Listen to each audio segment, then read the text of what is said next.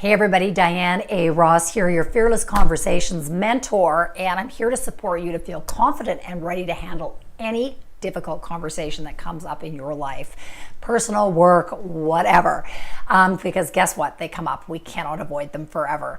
One of the conversations that I hear over and over again, particularly more so from women than men, and maybe that's not fair, but that's just been my experience, is how do you say no, right? How do you say no? Because so often we think, you just don't want to deal with the person's disappointment or their, pleading or they're begging if you don't say yes. And so it's like, it's just easier to say yes and just take on that extra work, do that extra thing, agree to something you didn't want to, go to that family picnic that you really didn't have time for, and it's going to interfere with something else you wanted to do.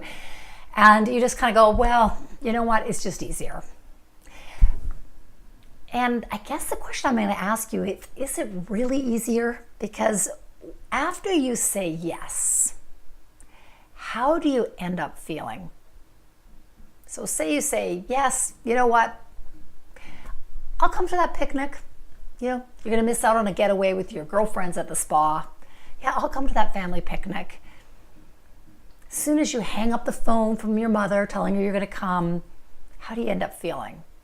Crappy, right? You feel maybe a little bit ashamed of yourself for not standing up for yourself. Maybe you feel like mad at your mom because she put all this pressure on you and she doesn't really respect your life. You maybe feel like a bit of a martyr. Oh, I do so much for everybody and nobody appreciates it.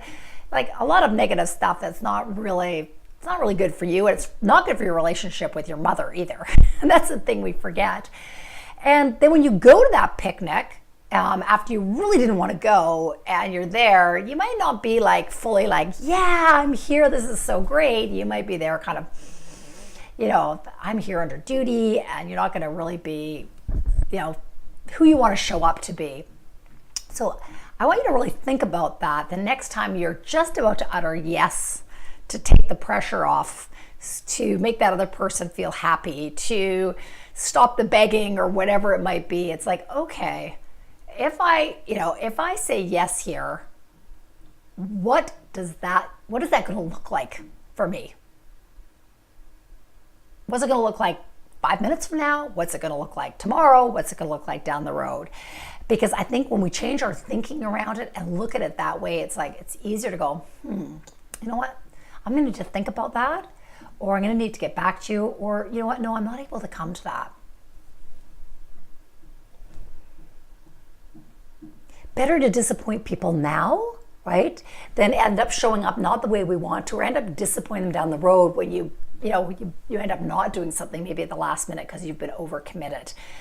People would rather know now, and then you set the precedent for the future, right? You set the precedent, no, I'm not a doormat. Just because you put pressure on me doesn't mean I'm going to break down and say yes.